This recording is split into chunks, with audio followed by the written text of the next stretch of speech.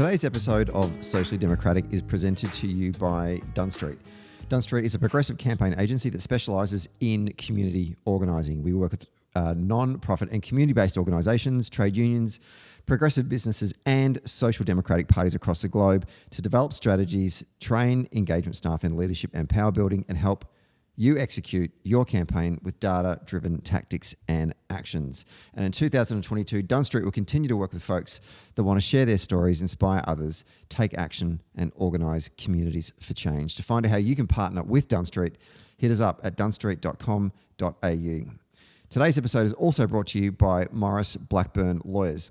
Are you an enthusiastic, client-focused lawyer? Maurice Blackburn Lawyers are hiring a lawyer, associate, or a senior associate with experience in personal injuries to join their team in Townsville. They offer a safe, supportive, and collaborative environment backed by inclusive leaders and progressive policies. And even more, you'll manage your own file load with support from their team. Are you ready to join them on a journey to extend access to justice for more Australians? If so, apply now at mauriceblackburn.com.au. Maurice Blackburn, experience you can count on. Hello and welcome to another episode of Socially Democratic, your weekly centre-left politics and organising podcast, which is out every Friday, that dives into the progressive campaign issues of the day and the people leading them from home and abroad. On today's episode, we are joined by activist and writer Van Badham. I don't think I need to really give you any more of a bio than that. I think we all know who Van is. Van obviously is the co-host with her lovely partner, Ben Davison, for Week on Wednesday. I've been on their show and I've been meaning to get Van onto our show. So today is the day. So I'm looking forward to having a great chat to Van. She obviously wrote that book about Qanon. We're going to have a bit of a chat about that, but maybe a little bit of sort of walk down memory lane and talk about student politics and all the other things as well. So check out today's episode. Don't forget to... if you like the show, give us 5 stars on Apple Podcast or on Spotify. And when you listen to the show, leave us a review on Apple Podcasts. And don't forget to subscribe to the show on your favourite podcast app. And for all the updates, follow Dunn Street on Facebook, Twitter, Instagram, and LinkedIn. Okay, let's get to today's episode.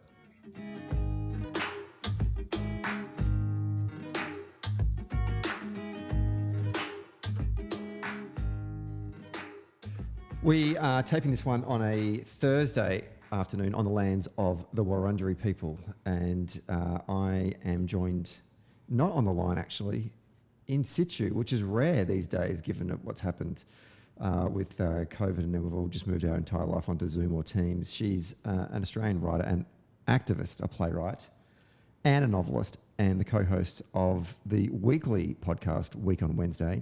And more importantly, a senior negotiator for the non-aligned left at the 1995 NUS National Conference at Monash Gippsland. Van Badham, welcome to Socially Democratic. It's so lovely to be here, Donnelly. What a journey you and I have been on together. And I'd just like to acknowledge today I travelled from the lands of the Wathaurong people of the Kulin Nation, and I've got to say, and I do every time, making that journey just from Ballarat to Melbourne, you see the most powerful legacy of land custodianship. And it's something that I take great pride in, making that acknowledgement that I think genuinely we live in the most beautiful country on earth, and I think First Nations people are responsible for that. Indeed they are. It's the Writers Festival. It's about to begin. I think it begins today, right? The Melbourne Writers Festival. You've obviously got a book out. We're going to talk about that in a moment. But before we do that, I want to go back in time. And for those of you that don't listen to... and I can't imagine who wouldn't, because I think the Venn diagram of those that listen to Socially Democratic and those that listen to your podcast is a perfect circle.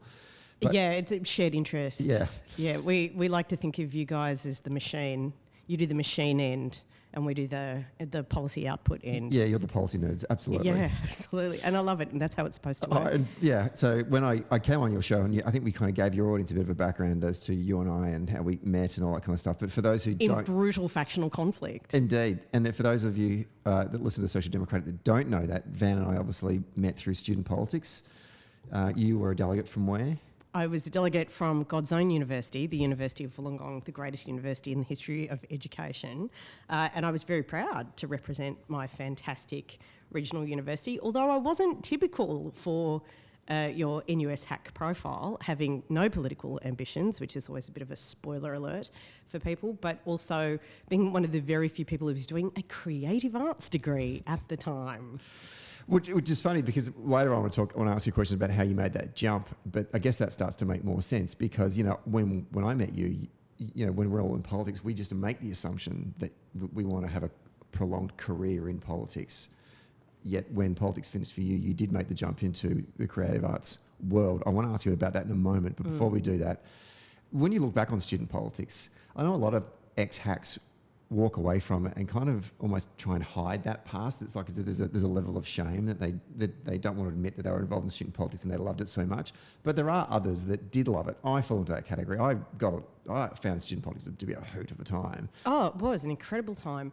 And I've always been really proud to have had that experience and sort of situate that in my sort of, I think the best way of describing it is my class and cultural journey. Like, I was first in family to go to university. My parents both left school at 15, had no tertiary opportunities, went to work. And I was raised in that sort of white-collar working class community whose kids did get to go to university because of the Whitlam reforms, you know, massively expanding the sector and the franchise, and also the Dawkins reforms that meant that places like Wollongong and other regional centres could have universities and university access. So for me, going to university was like suddenly being in a movie or a television program. I mean, my parents had literally no context for understanding what happened there, so I didn't either. I mean, their friends didn't go to university, like they were that kind of community. And so when I got there, I was like, right, what do you do at university? Well, you take your clothes off and run around the pond in the middle of the night, and you go to interesting parties and hang out with lecturers who wear too much corduroy and listen to Leonard Cohen. You know who you are, you know, and you fight the power, like you get amongst it.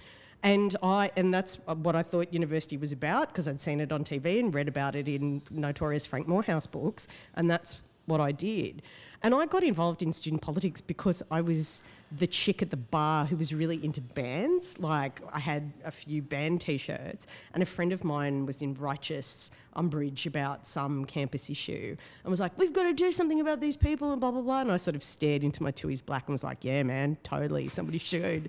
And the next thing I knew, I was walking through campus and somebody handed me a how to vote flyer with my name on it, and it turned out that I had somehow nominated to be activities officer. I didn't even know what that was. I was like, I hope that's nothing to do with sport. I mean, my interests have kind of moved on. And it turned out that I got the job of booking the bands at the university. I mean, I had the right look for it, if no, particular talent for band management, but that's the job I got. And then I was part of a group of students who ran as NUS delegates, and I didn't really know what that meant either, but I was really popular on campus. I had a solid, I mean, only hacks understand this, I had a solid 300 vote base, which was a delegate quota from the Faculty of Creative Arts, thank you, and got elected as an NUS delegate.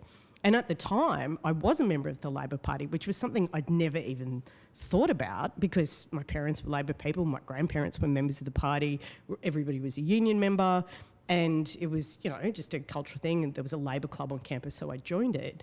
And after I got elected, I mean, I'd never been to a Labor club meeting, but my name was on a database somewhere. Yeah. I got all these phone calls from hacks, friends of yours, calling me, telling me how to vote. And I was absolutely enraged. Like, how dare anybody tell me how to vote? And of course, I got very cleverly recruited by a woman who... a young, at the time, very politically talented young woman who was at the University of Melbourne, who just won the election for General Secretary at Melbourne Uni, which required more votes than you need to get federal parliamentary election. It was quite the campaign to run.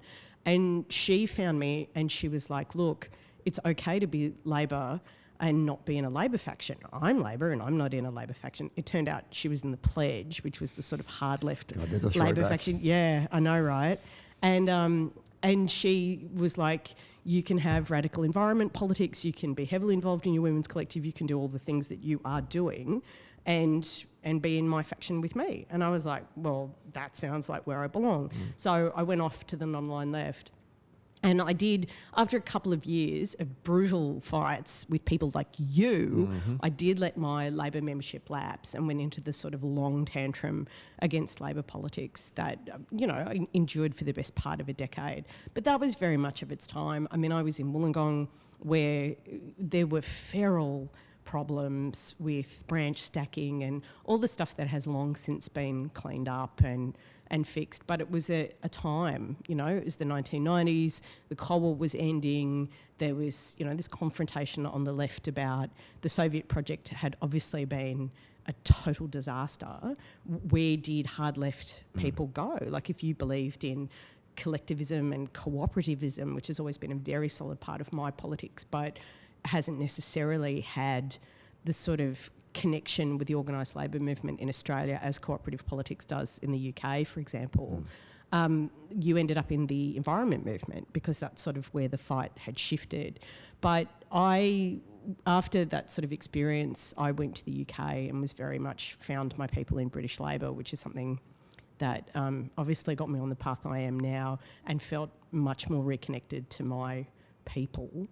But I was fascinated. After my first NUS conference, I was hooked. And that had to do with being a creative arts student, and it had to do with this sort of being a stranger in a strange land, like being this very state school, working class kid who was like, this is where it's at. Like, this is where the conversation about power is incubating.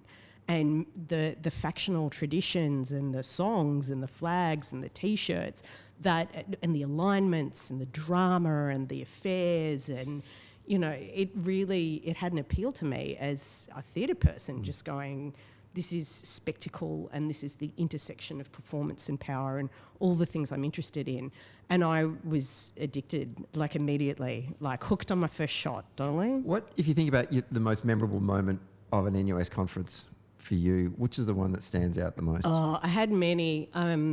My first conference was pretty hilarious. I remember the convener of your faction, who shall remain nameless, for he is dead to us, he was giving a speech and he was pro-HEX and the National Education Officer of NUS, which was an extremely contentious position because obviously everybody on the left was anti-HEX and believed, as I still do today, that education should be free and equal and paid for through a graduate tax. What's wrong with graduate taxes? Anyway, and he stood up and there was a trot from ECU, who shall also remain nameless, although she and I are, comrades in various activist projects now, who was really living the dream. And this was quite an exclusively educated young woman, I believe is the term, with her shaved head and a fabulous floor-length dress, who, as your friend was speaking, marched down between the tables with a sign saying "first up against the wall," at which point your friend just leant in the microphone and went, "EJ, when the revolution comes, you'll be first up against the wall because I'll be in charge of the secret police." I remember that. And it was funny because at the time it was true. And I was just like, I am in. The dialogue around here is just marvellous, like these incredible hatreds and just these incredible characters. Like, I met a woman at that conference who now I would consider a friend, married to another friend, and, we're all adults now. And she had injured her leg somehow and was literally like marching down because we used to have the NUS conferences at what was then the University of Ballarat, now Federation University. I find it hilarious. I don't live particularly far from where I had these sort of life-changing moments. And she was marching down to absolutely rip someone to shreds and had this sort of dark look, and it would have been 3 o'clock in the morning, and she was on a walking stick and she literally looked like an assassin from a noir movie, like just something really full on was going to go down. And of course there were all those nights where we would all just get so drunk, so screamingly drunk, and we'd all be hanging out together. Like the drunker you got, the more the factional stuff just sort of fell away. And I was notorious for sneaking out of my own faction's parties to go to yours. I mean, I think we all know that. I think you were always slightly grateful that I did.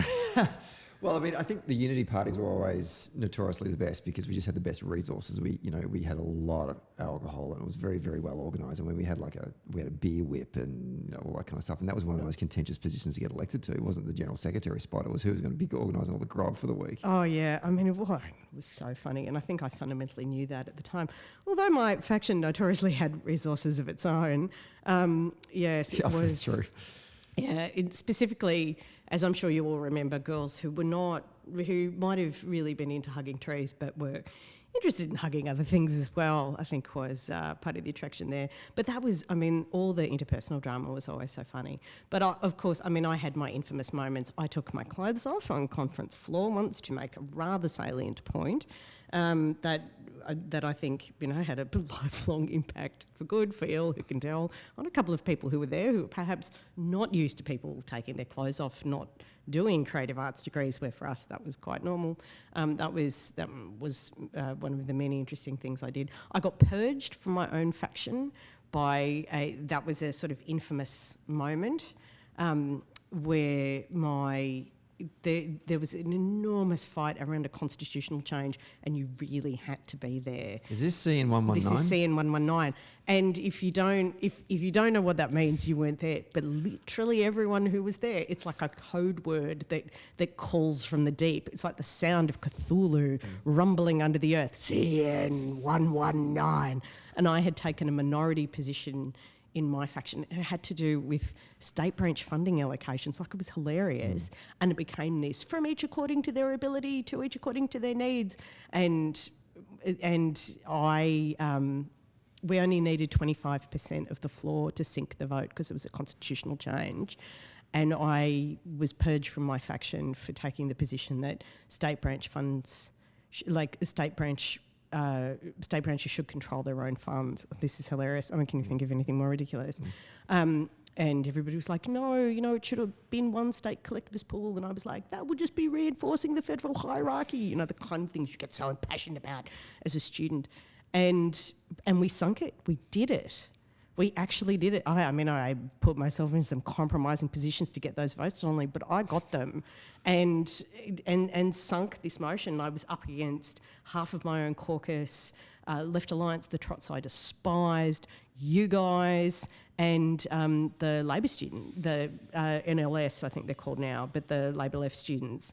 And somehow, we put together this ragtag band of splitters, anarchists and no-goods and wrecked this motion. And it was great. It was one of those moments where I felt, if you are in the right place at the right time and you're prepared to do literally anything to win, you don't even need a majority. Democracy is amazing. It is amazing. I do recall that... Is that a Trumpian sentiment? I don't know. The next year on the Student Unity T-shirts at National Conference, it said 80-20, our favourite split, celebrating the achievement.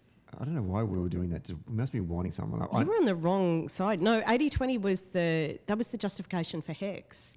Was that is that what that university was? Degree? Yeah, that's what that T-shirt. I love how you don't know the meaning of your own T-shirt. Policy. I was not there to pay attention to that kind of stuff. Donnelly, I remember. Just trying to count bells, man. That's all. Whereas my factional T-shirt, my favourite non-aligned left one, was with the picture of the nuclear family from the 1940s saying, doing numbers for the revolution. I think I remember that. And we always, that was the thing about the caucus I was in. And it was interesting all the different directions people went from my caucus, because we had Greens, but we had some very committed anarchists, but we also had a couple of guys who were from Stalinist Greek families who had left that particular country during the coup, and just a really interesting variety of left-wing perspectives, and people like me who were hard left Labourists, really.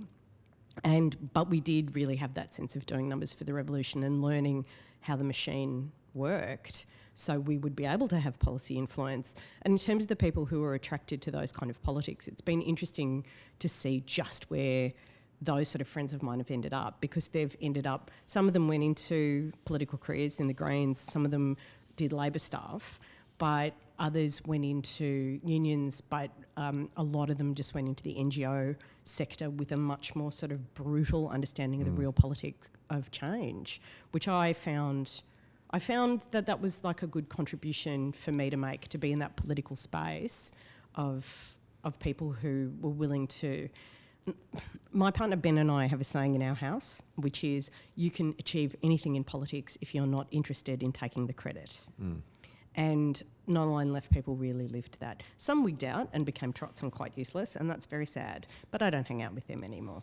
The skill sets that you did learn from it, I think, are remarkable. Relationship building, coalition building, negotiations, canning a ballot, running a ballot, public speaking, just getting up on the floor at 3 a.m. in a very, very tired, hot Ballarat conference floor where everyone's angry and tired and on a whole bunch of different things, and for you to speak in front of that group, if you can deliver an argument, a coherent argument, even though you know that there's at least 50% of the floor hate your guts and there's the anger in that room, but you can control yourself and make a good argument, I think you can speak in any environment. Yeah, and I do. I mean, I very fortunately had a theatre education and theatre background, and genuinely, I get very, very angry when anybody pours scorn. The Republicans are doing this in America at the moment around the student debt issue, pour scorn on creative writing or theatre degrees, because I'm like, I'm in public life because I have that education. I am an excellent communicator because I was trained to be one from the onset level.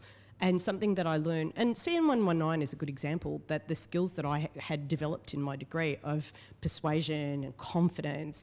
I mean, I remember that night that I did take my clothes off to shut everyone up. Like, before I spoke, I was in like an antechamber to the hall where the conference was taking place, and I knew that I had to do something because there were girls in my caucus who were really frightened, and other delegates because things were just out of control. Nobody had slept, everybody had been drinking, it was getting really, really contentious. There was a lot of bullying, crossing the line behaviour, and I knew I had to do something to lower the tone and just bring down the temperature and get a laugh, really. And I strategized it. I was like, what can I do? What can I say? And settled on, take your clothes off. Like, that'll work. So, yeah, and it worked. Because everybody just freaked out and it was just such a surreal thing to happen. And but it worked, and it meant that my delegates stayed. I mean, I had so many proxy votes, I looked like a Christmas turkey at that point. But all of those things that I learned in the US, I was able to put the theory into the practice. And to become a good public speaker and to become like an effective writer of persuasive political opinion. Like, I was running our factional newspaper, and obviously on campus, the jobs that I had on campus, I went from activities officer, I was editor of the student newspaper, I was women's officer, I was able to and these are at times they're quite contentious fights on campus about the validity of those enterprises, about what a student newspaper was supposed to do, about why we had a women's room and who was allowed in there. And because I was an NUS veteran and I had done 5 conferences and had all of these sort of engagements, my sort of retirement job was, we lost a member of our council, and the faction on campus asked me if I would come back and do women's officer so a trop wouldn't get it. And I was like, yeah, of course. And it was at the time that we had trans girls on campus wanting to use the women's space because they were subjected to ongoing daily violence and they just wanted to eat their lunch in peace. And I had these girls come to me saying, oh, are we welcome? And it was like, but yes, of course. Like, why wouldn't you be welcome? This is a women's space, you're trans girls, you belong here, of course. And I had the skills to negotiate, not that they're right to be there, because obviously they had an inherent right to be there, but when we went off campus and we're doing inter-campus things, we found this sort of horrible rump of TERFs, these trans exclusionary radical feminists, I use feminist quite ironically in that context, who were sort of policing inclusion to things like NOWSA, the Network of Women Students in Australia conference, and things like that. And because I was this NUS veteran, I was like, okay, bring it on, bring on the fight, because I'm not abandoning the women in my collective. I don't care whatever theoretical position you've come to about women-born women or some other kind of rubbish. I will defend these people and our politics and our collective decision-making in this broader context, and every single person in my collective will be safe. And and it was just sort of an interesting experience that it was supposed to be my quiet retirement, being women's officer and, running Blue Stocking Week and having the odd poetry night. But once it's in you, like once you have those skills, they never go away. And putting that in the context of who I am and where I come from, like nobody in my family, apart from my uncle, the union official, was ever really put in a position to have that experience to go, power is about language. Like in a democracy, language is everything. Because in a democracy, it's conveying information, making an argument, persuading people, generating propaganda, understanding branding and positioning and spectacle and all of those things. You know, all the semiotic language that I had learned, the language of analysis as part of my creative writing theatre degree at Wollongong Uni, and I ended up teaching visual art and doing all of those kind of degrees to just fill my head with understanding how messaging works. That's my understanding of democracy, is about a clash of language systems or a confrontation of one set of ideas and language with another, and the strategy and tactics, the obstacles, the resolutions that come out of those engagements. That's where I'm at. I've always been in that fight. Has that foundation, did that lead you to have an interest in then writing a book about QAnon? Oh, yeah, absolutely. I mean, I can't get away from it. So I did my time in NUS and I did a year as state president, which was unbelievably full on because that was at the time that the Howard government was in. They were closing universities, the whole thing, and it was brutal and exhausting. And I had this quite life-changing incident where I had gone back to Wollongong and was finishing up my degree, doing my honours and sort of trying to work out what was going on with my life and what I was going to do, because I didn't want a political career. I'm just in it for the semiotics, guys. And my partner at the time and I had this beautiful little cottage that we're paying nothing in rent for in Bulli. You cannot... It's now Juji of the Jujiest, but at the time it was Bulli. Where's that kind of thing? And he just won a PhD scholarship and we were sort of on this academic track with our lives. And we had a flatmate who was never really there. He more or less lived with his girlfriend, but he couldn't sort of handle the intellectual commitment to what he was physically doing. You know what I mean? And we were all very young. Anyway, he was staying at a friend's house and we hadn't seen him for weeks, and he died of an aneurysm in his sleep, and he was 31, and he was a visual arts student, and he was one of the best people I had ever met in my life. I loved him like a brother. And when he died, I had just the shape of my world changed, and I had loved being involved in all the crazy activism I'd done. I was one of the menstrual avengers who threw tampons at John Howard to protest the tampon tax. You know, I'd occupied buildings. You know, like I'd led the largest demonstration the student demonstration since the Vietnam War. I was at the forefront of them. I had done just the most incredible stuff. But when Mark died, I was like, I'm supposed to be doing a theatre degree, and at some point I actually have to do my life's calling as opposed to just be around this sort of fun stuff. It was like leaving a party. It was like leaving a party at the right time. And so I went to England. I got a scholarship to the University of Sheffield and devoted myself to my craft and to theatre making, and got in with a really amazing bunch of young theatre makers who are all extremely famous now back in the UK. And by the time I came back to Australia, like I sort of realised that phase of my life, the hack phase, was over, and the things I had learned politically and the ideological clarification, and this is an underestimated experience in student politics as well, especially in the left. When I mean the left, I mean everybody in student politics is in the left. The Liberal students are basically in the left if they're doing student politics. You know, they think they're being really right wing, but you know, we all know that they secretly turn up to collective meetings. But I know who you are. You know I know who you are. And but when I talk about the left, I talk about the trots and people like me, the non-aligned left, the radical pragmatists, as we called ourselves at the time. And when you're in that space, especially when you're going to broad left caucuses where all the non-Labor left kids, and there's always a fight about, can the kids from the Labor left come? Are they invited? Are they really in the left? You know, is the Labor Party a left-wing party? And it's like, yes, it is. And may I just show you the Democratic Party of the United States, who are considered a left-wing party in that country, and whose most radical champion, Bernie Sanders, is literally proposing a platform that is more conservative than what Labor legislated in 1983. So, but with the passage of time, all becomes clear. But in those broad left they're really hostile. Like, they're the most non-collegiate faux coalition experience you can possibly have.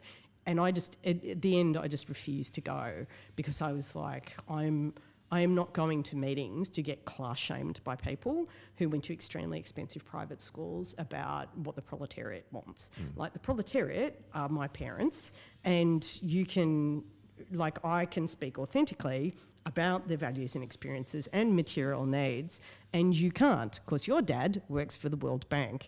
And you have those I'd never met rich people like that, like maybe one or two kids at drama on a Saturday, you know, when I was a teenager and didn't really get what that meant. But I just remember being in a broad left with a lovely young woman who had very good hair, who talked about being an archivist. And I thought she said archivist, like I thought it was like an archive person. And I tried to bond with her after this meeting, and she looked at me like I was... Typically, Donnelly, a lot of my experiences in broad left was like being a waitress who'd wandered into the wrong room. Certainly that's how I was treated, and wouldn't you know, that still happens to me a lot. I'm not actually ashamed of the fact that I spent most of my years waitressing, but it's that sort of you exist to serve me dynamic, which I've never really been comfortable with, but which I get rather a lot in the cultural spaces I tend to wander into, and certainly broad lefts were like that. But it was literally hilarious. But in those fora, you have to have the reading done, because if everybody's playing lefter than thou, my dad said, you can do whatever you want in life, Van, as long as you win. And I took this attitude into broad left caucuses, which meant that I walked in with a library of Marxist theory. Diverse Marxist theory. Watch me go about the American New Left. I'm all across Rudi Dutschke and the German New Left as well. 2nd of June movement, I'm down with it. You know what I mean? And that was always my sort of offensive strategy, was like, I'm going to do you slowly. Like, don't you dare try and out-left me. And of course, I have monetized this in my present career. Nobody beats me at lefter than thou. No one. So, yeah, that was a good experience. I mean, I always found it really funny that I only ever did one politics subject at uni, but my politics reading is probably better than most of the people who got beyond one subject. That was part of my problem. I think I did heaps of politics subjects, but I never went to class because I was having too much fun doing what I thought was the actual politics, which in that case was student politics and young labour. Donnelly, your campus campaigns were legendary. And in the spirit of full disclosure, I replicated some of your tactics on my own campus to ensure that I was a delegate 5 times. Fair enough. There you go. Imitation is the best form of flattery. Let's talk about your book. Yep. Qanon and On. Yeah, so my extremely strange journey was I went to England to be a theatre maker. I did that for 10 years, and then I came back because I got a job at Malthouse in Melbourne. And the thing that had happened in the 10 years was that all my old NUS comrades had grown up and were now in politics. So my generation is you, Terry Butler, Adam Bant, Scott Ryan, Andrew Giles. We were all going to parties at the same time, Adam Bant less so. Not the kind of parties we went to, baby. And of course, they're everywhere. Penny Sharp, and turning up in all these places. So I was tweeting at the time of day that Ozpol was tweeting, after having been in the UK in 10 years and using Twitter as sort of catching up on Australian news, but not necessarily knowing who was making it. Suddenly I was smack dab in the conversation. And I was going through some stuff. My father was dying, and I was just online, saying extremely mean things about Christopher Pine and cheering on my friends and slagging out my enemies. And my father died. I was in Sydney in Mum's house on bereavement leave, and a friend of mine said, you should get out of the house, the grieving has to end. Come and do a gig, come and do a feminist comedy night. you'll be great, you know, you'll get it all out of your system. And I turned up at a gig at the Vanguard in Newtown, which when I knew it was a place where, you know, like junky rock fans used to hang out and everybody was a punk. Yeah, no, I did obscene jokes all evening, the lights came on. And I was like, that's the former Premier of Queensland in the audience. What on earth have I just done? And I got a phone call from The Guardian like the next day saying, we think you're really funny, do you want a column? And I was like, me? I was like, the only thing I haven't written is journalism. Like, I've done everything else. Poems, sonnets, I'm fully qualified to give you a sonnet. And they were like, we're looking for unique individual voices. We don't want to replicate what all the other media corporations are doing in Australia. We want something identifiable. And they went, do you think you could write about politics? And I was like, well, yeah, I know all these people. Like, I've known them for years. Like, what do you want me to write about? Like, I've still got the photos. And I've got photos of you, Donnelly, let me tell you. Photos you don't even remember were taken. And they were like, yep, great. And it was interesting because when I started running for The Guardian, a lot of people were like, who is she? Where is she from? Like, who is this person? Because I'd been in England for 10 years and didn't follow the typical path. But all my old friends remembered who I was because they were there the day I took my clothes off. And, of course, the moment you walk into that political space, and especially because of who I am, the waitress, and my diphthong and nasal accent on television talking about macroeconomics is something that a lot of people feel instinctively uncomfortable with, and they still don't know why. It's the classism. It meant that I was just attracting just incredible amounts of hate from the onset. And especially, you know, I started writing for The Guardian 10 years ago and was there when Gamergate was happening and this sort of unbelievable internet-based movement that was based on trying to harass feminists out of the public sphere. I mean, we'd only really just gotten into it because of papers like The Guardian creating spaces in a mainstream conversation that used to only ever exist in a political fringe. Like, once upon a time, feminists could only really publish independent publications or sort of, you know, rapidly Gestetted kind of news sheets. And the idea that big brands were going, hang on, like, we have data from the internet now. Chicks like talking about chicks, you know, feminist issues could be a thing. And you had that sort of big explosion in the 2000s where people started going, yeah, we want, the one thing that all women have in common is an experience of sexism, and people who can write about that experience are finding massive audiences. And it just meant that from literally the moment I turned up at The Guardian, it was madness. And not just the Auspol ideological confrontation, not just the people supposedly on my own side who are irritated because I'm the waitress, but also because I was just in that place, in that time where this sort of reactionary right-wing explosion was happening on the internet, you know, and the great replacement theory is this sort of overwhelming ideological belief to your core, whether you call it that or not, on the hard and far right internationally, particularly in the West, that you know, good law-abiding white patriarchal conservatives who are straight and good and able-bodied are being replaced by an alliance of, you know, people like feminists and Jews and all these other nefarious actors, and we're secretly sneaking in caravans of migrants overnight to replace white people. You know, and it's a paranoia that's particularly relevant to the United States, but obviously it's in Australia, it's in Germany, it's in Finland and England and everywhere else. And because of what I represented, which was this sort of entryism of feminists to the public sphere and public space, I just copped it instantly. I mean, it has been insane. And I've talked a lot about those things that have happened to me. But a couple of years ago, because I got to the point where I was getting death threats and packages delivered to my house. So not just on social media, but also... Oh, no. Yeah. I mean, this is what people don't get. It spills over into real life. And people are like, oh, just toughen up. Don't feed the trolls. Just block people. And it's like, I've blocked 10,000 people. They still try to hunt down where I live. I got bashed in Burke Street at 9 o'clock in the freaking morning. Like, the package of stuff delivered to my house was just... which depicted gang rapes and genital mutilation. I mean, that was a happy morning for everybody, wasn't it? Oh, it was horrendous. I mean, I took a guy who was cyber stalking me and had organised other people to physically stalk me. I took him to court to get an intervention order, and he appealed, and I ended up in court 6 times and things like that. So I have to be so careful in terms of...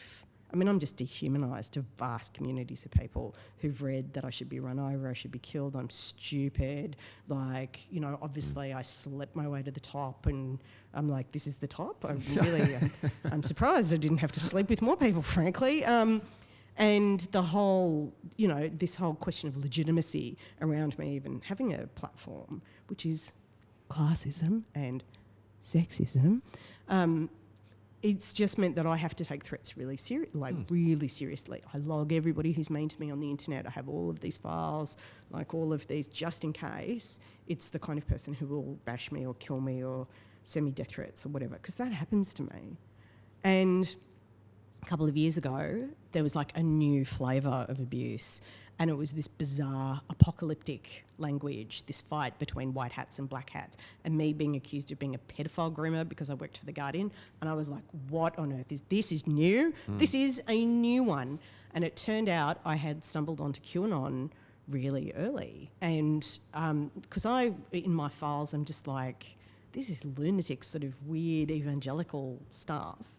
And I started picking up American journalism, because obviously this was happening to a whole bunch of different media people who had started reporting about it.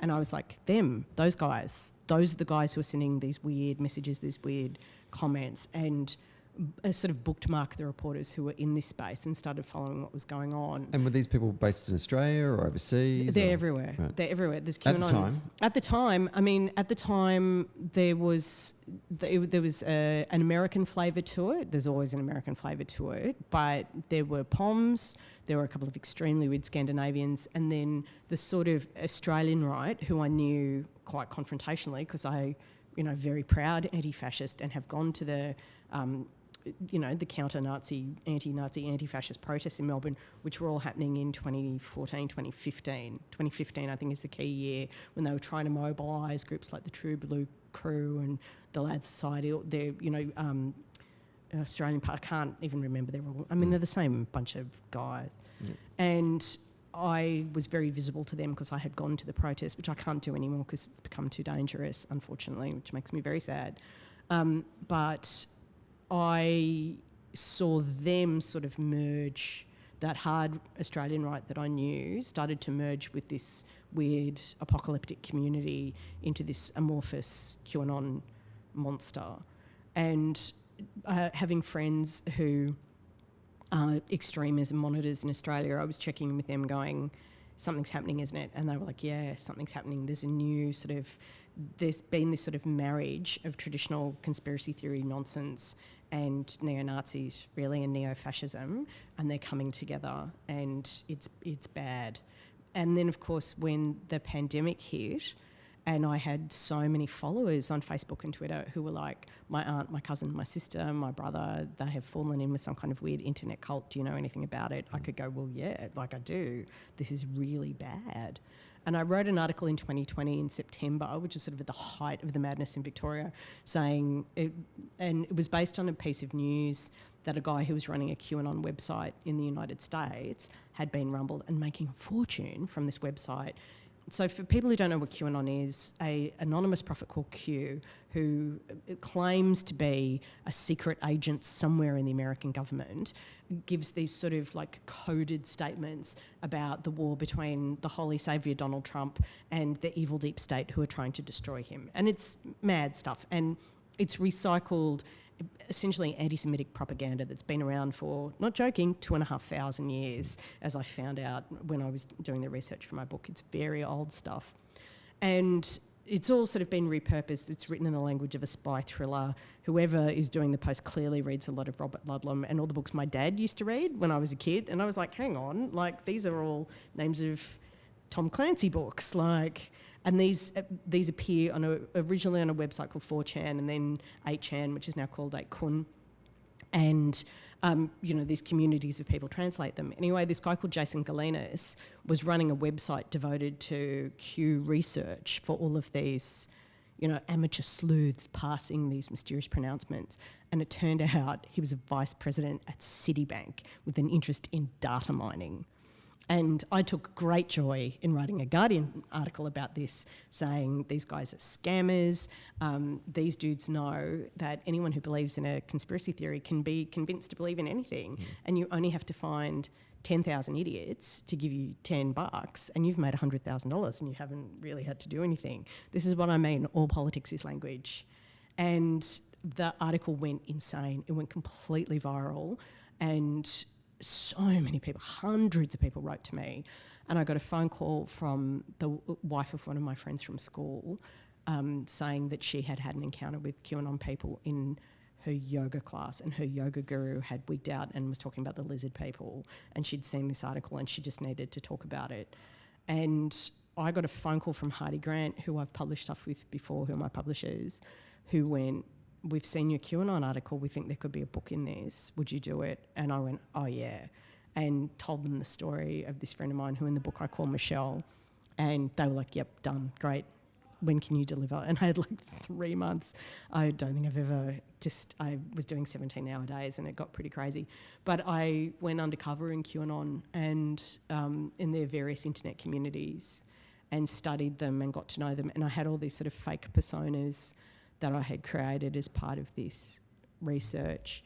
And seriously, Stephen, I've done undercover work before. So a few years ago when I was in London, I did a musical satirising the Hillsong Church called Cash in Christ, and went undercover in Hillsong for a year, learned all the songs, wore a lot of but I had some kind of sympathy for those people, people finding in Hillsong, even though it's heretical, frankly, is my opinion. As a Roman Catholic, they are heretical.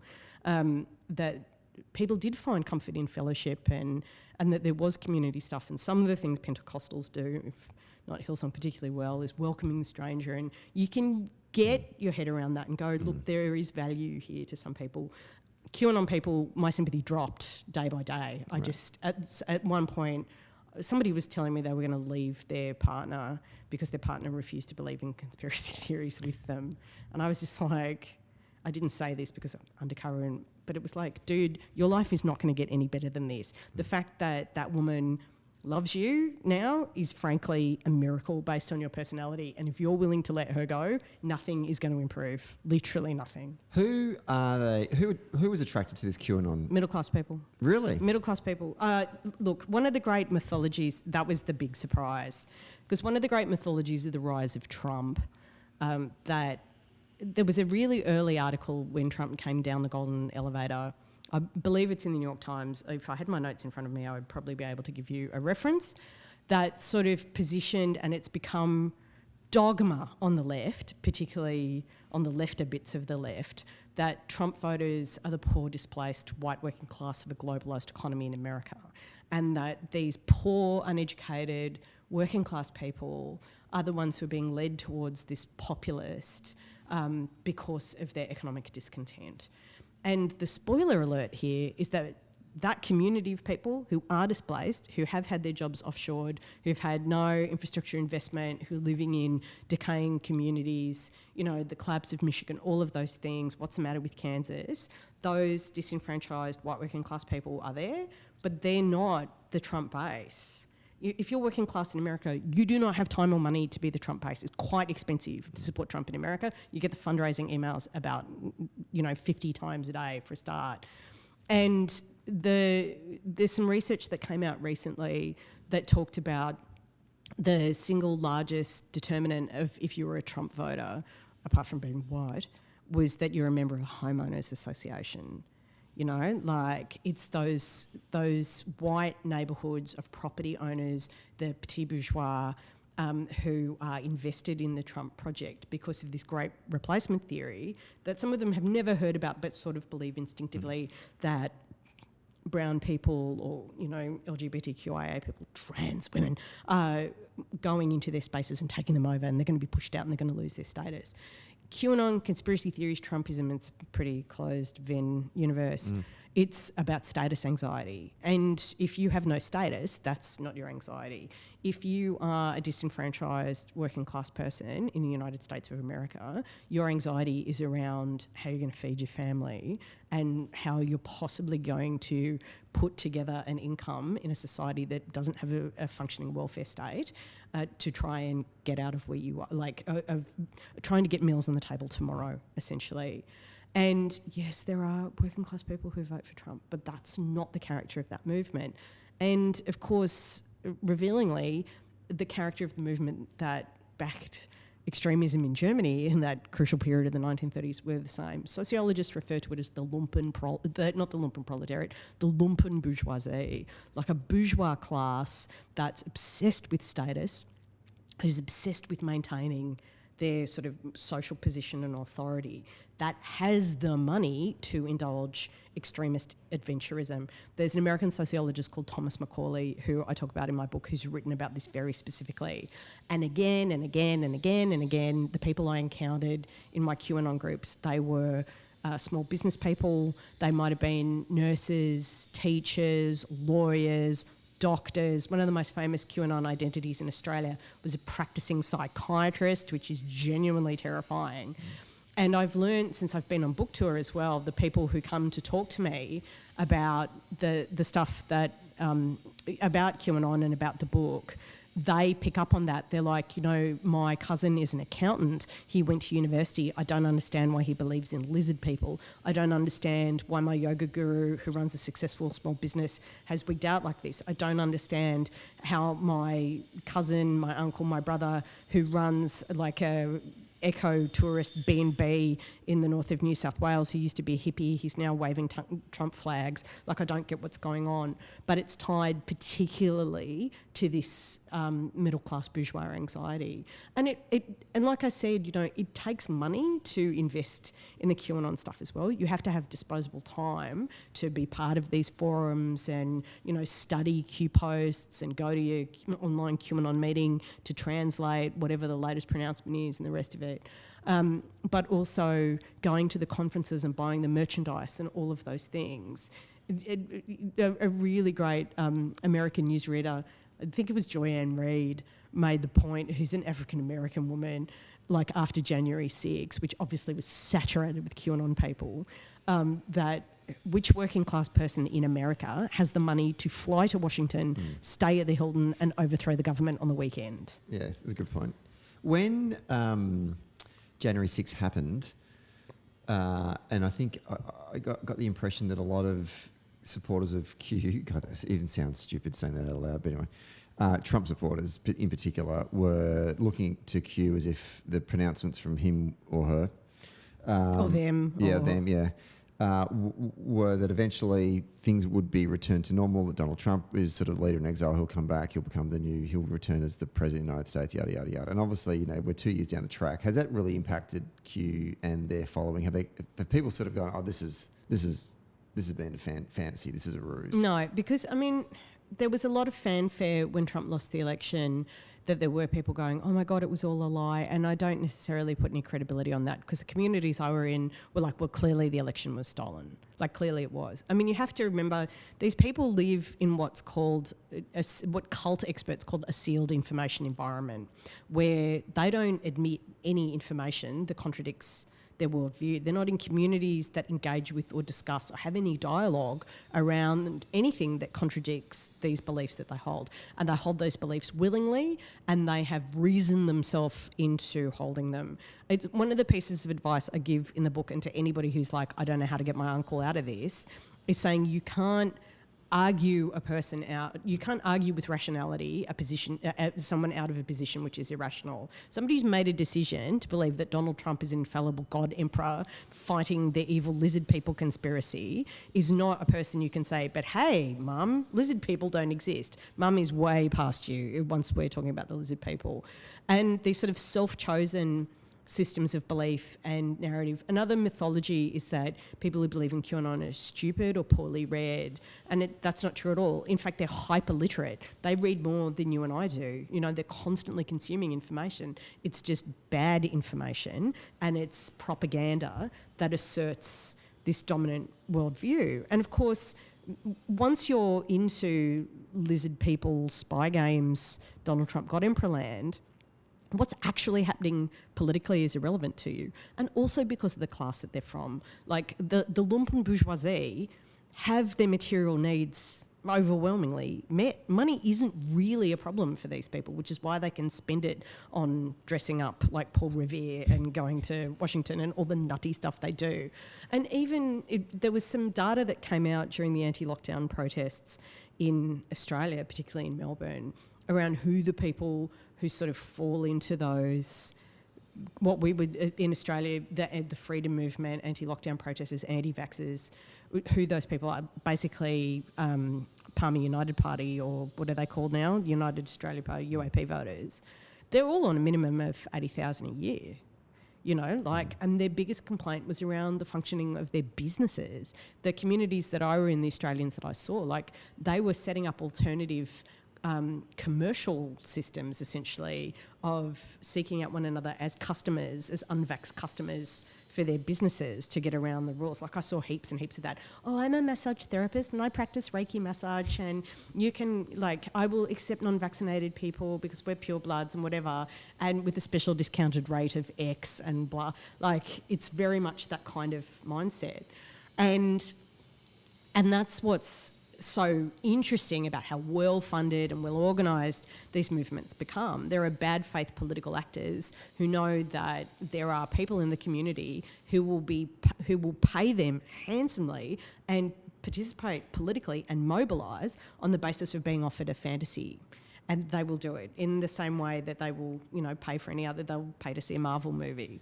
How much of an impact has it actually had here in Australia? I mean, obviously we saw what happened on January 6th in the United States. It was horrific. I mean, waking up that morning and jumping on social media, it was like, oh my God, what is going on here? Yeah. But in Australia, I'm sort of wondering about the impact that Q has had, or is it manifesting in a different form, which is all the shit we saw during, particularly in Melbourne with the lockdown, all the, we had a convoy to Canberra.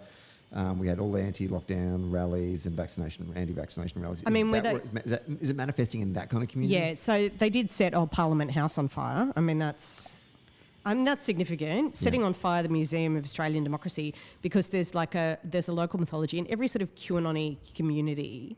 And some people don't even realise they're in a QAnon-y community. They're like, oh, I'm in the freedom movement. And it's like, looks pretty QAnon to me, Betsy. They look at things like they develop their own mythology. So QAnon in Japan has this whole thing about how the royal family, the imperial royal family of Japan is somehow responsible for tsunamis. That's fun. Wow. Yeah. And of course, Hillary Clinton murdered JFK. I don't know if you know. Didn't know that. Yeah, so she could become senator for New York. It's all very complicated. I'm not quite sure. Basically, Hillary Clinton is the Antichrist. Mm-hmm. I find this hilarious. What was it? The free childcare? Is that what gave it away? The slacks. Oh, yeah. The slacks. Oh, it's the way she was laughing on Jimmy Kimmel the other night, and you could hear just about Trump's problems with the FBI, and she was absolutely laughing. And for the first time I thought, I understand why you terrify people now. I understand it. Anyway, because she's smarter than everyone. But it was... In Australia, they have this sort of belief that the physical chair of the Speaker in Old Parliament House is somehow the throne of Australia, and if you physically own it, you become king. Something. It's sort of in that realm, and that's why they were setting fire to the museum and trying to take possession of the Speaker's chair in the Old Parliament House. Right. Yeah, like I said, it's all about semiotics, rituals, language, behaviour. Yeah. So that's what was going on. And of course, in Australia, you had the unbelievable harassment of Michael Gunner, who was the Chief Minister of the NT, who had these people threatening the life of his 2-year-old child. I mean, I was in forums and I published some of the stuff that I saw about how he and Daniel Andrews should be murdered and people should take up arms against them and blah, blah. In Australia, the danger is that because they're marginalised from the political conversation by universal enfranchisement, or what we sometimes call compulsory voting, they are resorting to extremist and marginal non-electoral behaviour. So they had their big electoral push through Monica Smith, who's one of them in Victoria, who's famous anti-vaxxer loon. She ran for the Senate. Did she run here or did she run in New South Wales? I mean, obviously she didn't chart. And the Palmer thing was, you know, obviously in Craig Kelly pushing this, and that sort of went nowhere apart from the dude from Victoria. Isn't he a colourful chap? What an interesting rainbow of beliefs that man holds, Ralph Barbett. Yeah, it's like, and he's irrelevant to the makeup of the balance of power in the Senate anyway. But the real danger in Australia, and I wrote an article about this for the New York Times I'll just drop that into conversation, the article I wrote for the New York Times, girl from the University of Wollongong, creative writing degree. I wrote about something that I noticed. My partner Ben and I were at home watching footage of the anti-lockdown protests in Melbourne, and there was a really famous one where they were all outside the IKEA in Richmond, and it was like, are they protesting the democratisation of design? Like, is it flat packs? Are they beyond us? Like, what is the conspiracy of the bargain IKEA planter stand? And we were watching it, and there was this demonstration taking place in the gorge that's sort of next to the IKEA, and a couple of cops who were totally unprepared to be suddenly rushed by this crowd. And it wasn't that big a crowd, but the narrowness of the gorge made the people who were there look like this intense, shoulder to shoulder sort of crowd of people. And you had people in that crowd dressing up as little old ladies as well. Famous footage of, the cops restraining a guy who's in little old lady drag, going, why is this happening? And then, of course, Ben and I are watching it, and the realisation dawns, this isn't about what's happening in Australia. Because I had seen all this weird sort of commentary on the channels that I was in my fake personas, and people like Dan Bongino, who was a commentator for Fox News in the United States, talking about Australia's drift to totalitarianism, how Australia had ceased to be a democracy. And there had been demonstrations by these people in the United States outside Australian consulates protesting fascist, dictatorial Australia. And I had seen some footage that Dan Bongino had shared about, these innocent young women who were arrested for not wearing masks at Chadstone or something. And it was quite obvious these young women were known to police, and, the typical Australian sort of cop responsive, it's all too hard, just put them in the van kind of thing. But told in this is dictatorial Australia. And it's like, no, this is antisocial behaviour at a shopping centre. And then with the IKEA protest, it was like, oh my God, there is a line of dudes with cameras positioned above the gorge who would have positioned before the demonstration, and they are filming this to package it and send it to the Americans. And sure enough, in my channels, I saw it again and again and again. And, this claim that innocent little old ladies just protesting for their rights were beaten up by police. And it's like, they're dudes, they're dressed like that deliberately. This is a media fiction. But it wasn't for our benefit, it was for the benefit of the American right to create this illusion of Australia. Because at the time, of course, the Australian coronavirus response meant that we weren't, dropping dead all over the place, which wasn't the case in Republican strongholds like Florida. And they were using those images, and that's what's the globalisation of political discussion also means recruitment into globalised propaganda systems. It's interesting to watch the Liberal Party in Victoria play footsie with this movement, particularly the anti-vaxxer community, and during and post the pandemic. Oh, it's terrifying, and they shouldn't be doing it, and they should be smarter than that, but they're not. There's a lot of Kool-Aid that's been drunk in the centre-right parties, which everybody has found out to their peril. I mean, you look at what's happened to the Tory party in Britain, because this is what Boris Johnson embraced with the whole Brexit campaign. These sort of lunatic fringe beliefs that, again and again, and I'm sure it's just a coincidence, seem to be amplified by pro-Russian government accounts. I mean, crazy, right? I mean, what interest would Russia possibly have in sowing discord and disharmony in the democratic states of the West? I mean, certainly, let's just say in the 5 years before their invasion of Ukraine this year in February, I mean, the largest naval base in Europe is in the UK. I mean, not that the UK is part of Europe now. I mean, which is handy, really. And obviously, the phone call between Trump and Zelensky about the Americans supplying military aid to Ukraine and that all getting very mercury, which was, of course, the cause of his first impeachment. Like, you can read a lot of things going, it's not like the Russians are creating these people. So the Russians are not creating conspiracy theorists. And like I said, the QAnon mythology is 2,500 years old. The Russians are not coming up with the nonsense about the Speaker's chair in the Australian Parliament House.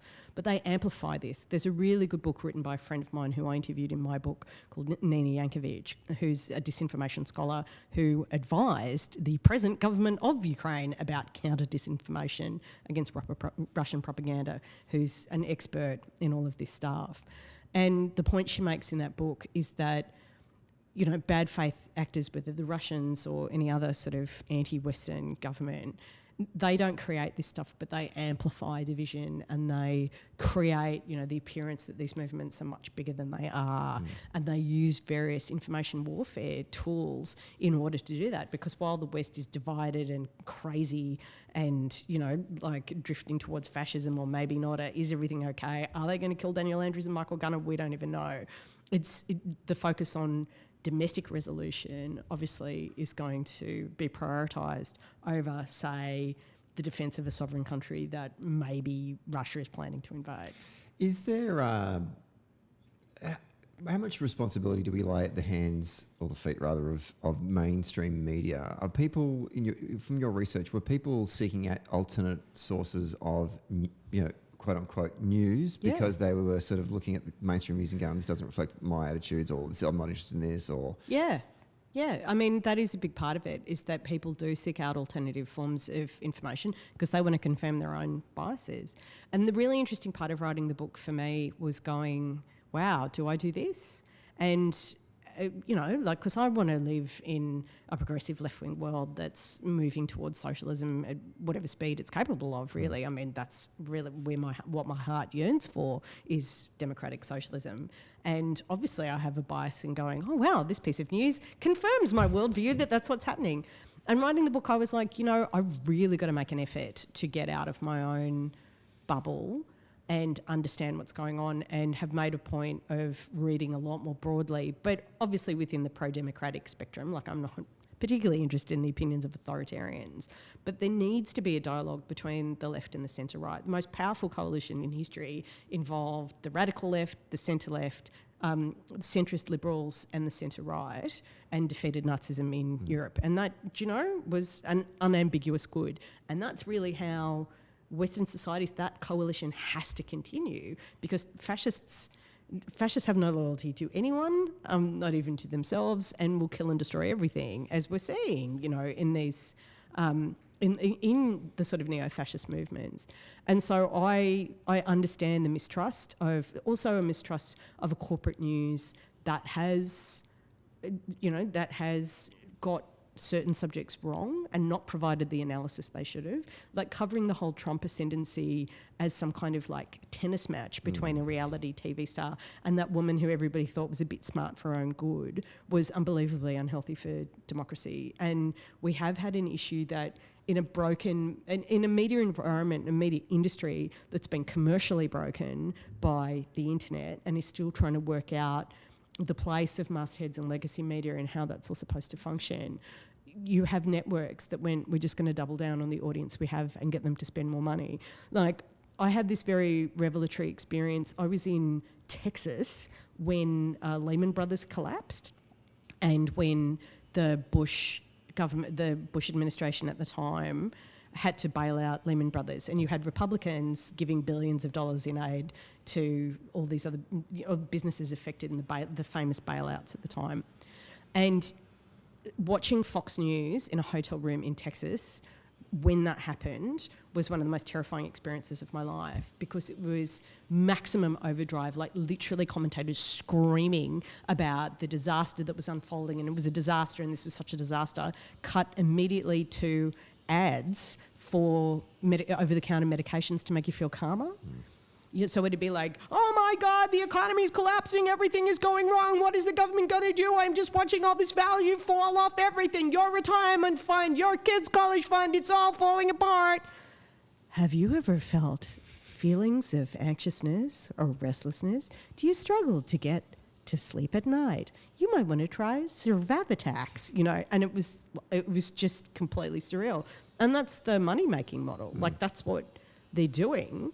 And Fox knows, every media organisation in the world, even the ones I like, know that if it bleeds, it leads, because people are more susceptible to advertising if they're angry or they're frightened. And of course, the conspiracy theories and, polarised right-wing craziness of MAGA world that's spilling all over the world, you don't actually need a majority to make money. You just need a market that will pay. Like the VP from Citibank who's running his Qanon site and getting them to pay subscription money to it.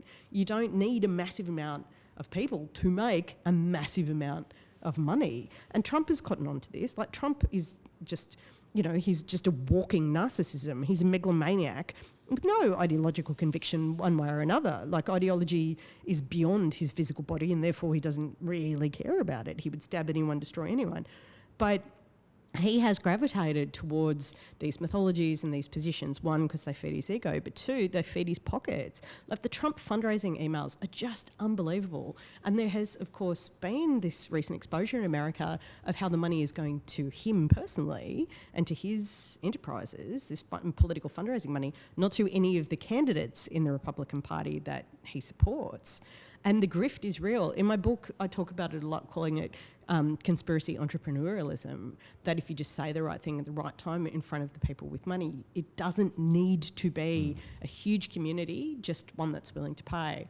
And, you see it everywhere, like these self-fostering communities, and you can't destroy the grift will continue.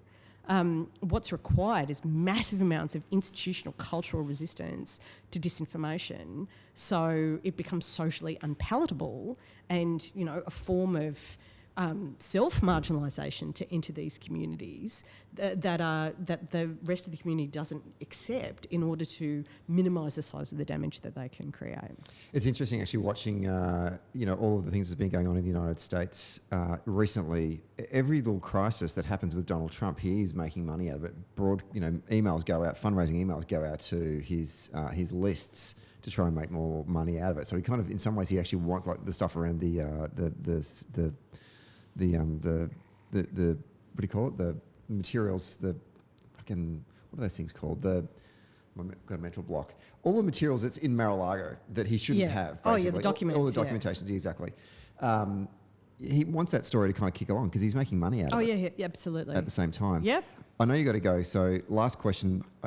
Everyone should really read my book. Like, I go into some detail about it. Absolutely. We're going to give that a plug in a moment. I just think the trial with Alex Jones from InfoWars was interesting, and I'm just wondering, is this a moment in which we can start to see a fight back against misinformation? I know it's probably not as deep enough into that sort of QAnon stuff, but for Alex Jones... Alex Jones is absolutely central to all of this stuff. Alex Jones propagandised the Pizzagate shooter. The Pizzagate shooter was a guy from North Carolina who was convinced from watching hours and hours and hours of Alex Jones that Hillary Clinton was mutilating and eating and raping children in the basement of a Washington pizza restaurant, and went there with the gun, shot up the restaurant, and found it didn't even have a basement. Hillary Clinton was nowhere to be seen.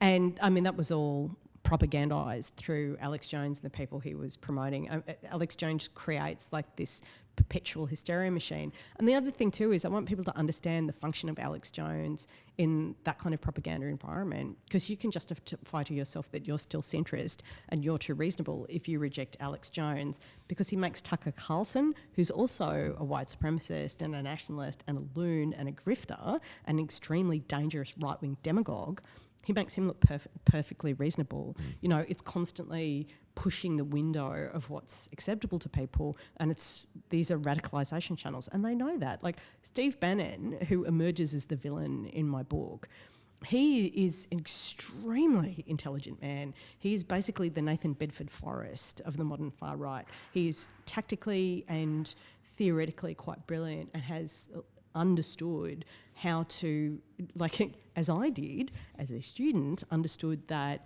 you can be part of a minority and still exercise enormous amounts of power if you understand how enough of a coalition can be built, where the choke points of power are, where the battles you can win are, and he there is a lot of theoretical reasoning going on about how they can turn America into a white ethno-state. That's not an exaggeration. They're all very open about what they're doing. Steve Bannon gives speeches quoting Julius Evola, who was an Italian philosopher, traditionalist philosopher, who described women, has a famous essay called Woman as Thing, saying that, women should really aspire to throw themselves on funeral pyres when their husbands die. It is, an example of their greatest loyalty and meaning.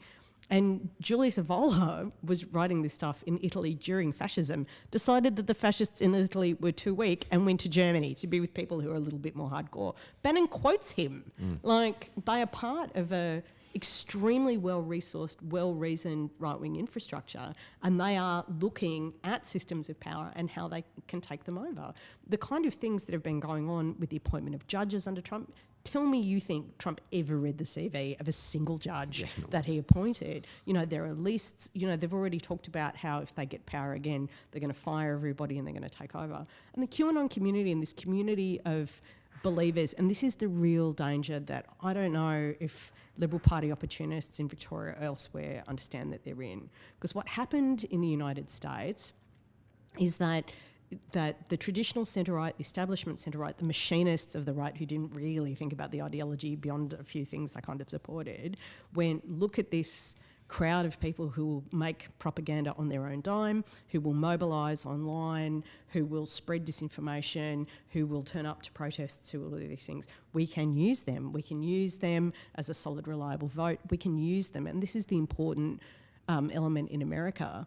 We can use them to depress turnout because they're scary looking and they'll turn up with, guns and flags and the rest of it.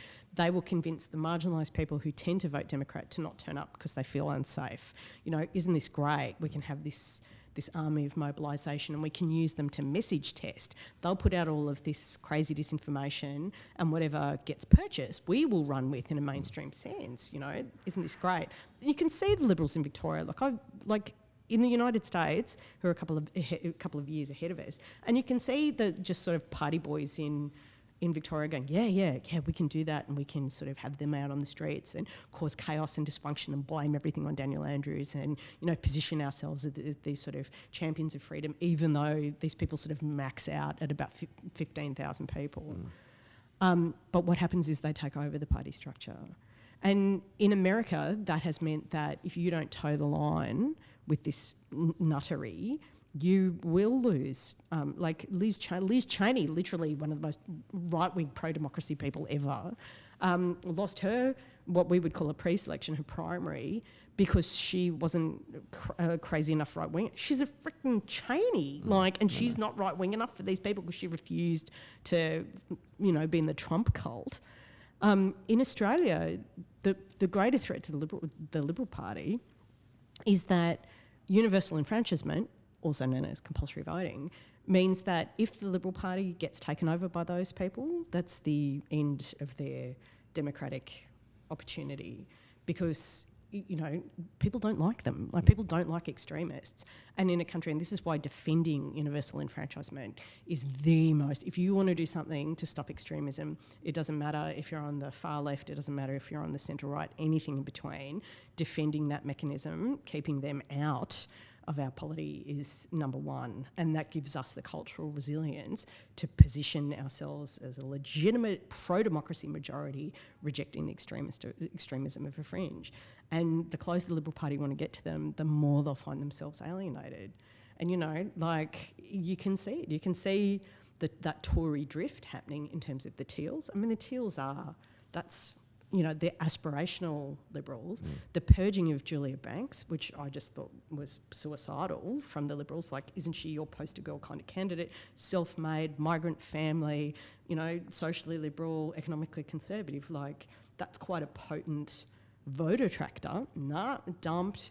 And then you have people like Josh Frydenberg, who should be absolute blue ribbon inner city Liberal, parroting the kind of nuttiness that his own electorate couldn't abide.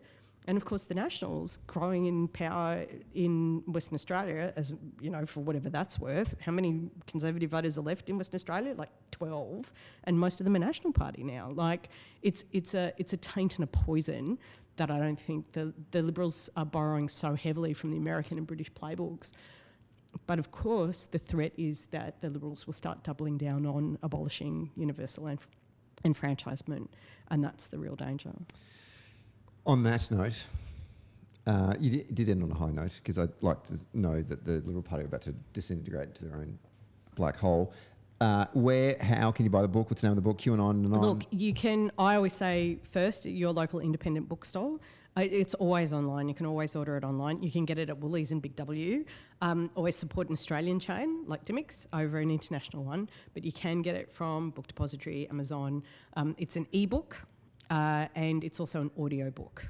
So you can just search for it online. Apple has it, Amazon has it as an audiobook. And it's been really interesting, like friends of mine on like long car journeys listening, because I narrate it and you get this full sort of story of conspiratorial politics narrated in my bogan voice. I was recording it and I said to them, am I the first bogan to do an audiobook? And they were like, in this studio, which is kind of exciting. So it'll be a cultural treat for everybody. Why is the waitress talking about information systems? Are you doing anything for the Writers Festival? No, I'm not. I am about to go to Canberra to Wimdoy to speak about women in male-dominated industries, and I am going to be back in Sydney as my mother is very unwell. Very good. Van Badham, wonderful to have you on the show. Best of luck with the book. Donnelly, literally the greatest experiences I had in student politics were making friends with people like you, and it took us a while to get there, but my God, that bond is forever now. It is indeed.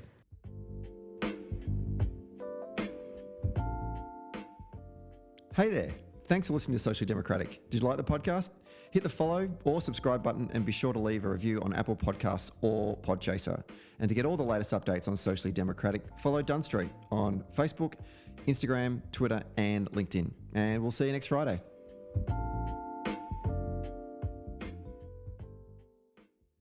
Socially Democratic was brought to you by Maurice Blackburn Lawyers. Maurice Blackburn Lawyers have spent more than a century paving the hard path to justice for everyday Australians. They've helped over 500,000 Australians turn their situation around, and they know how the system works. Their experience and skills means you'll get the best results possible. Find out more on their website, mauriceblackburn.com.au. Maurice Blackburn, experience you can count on.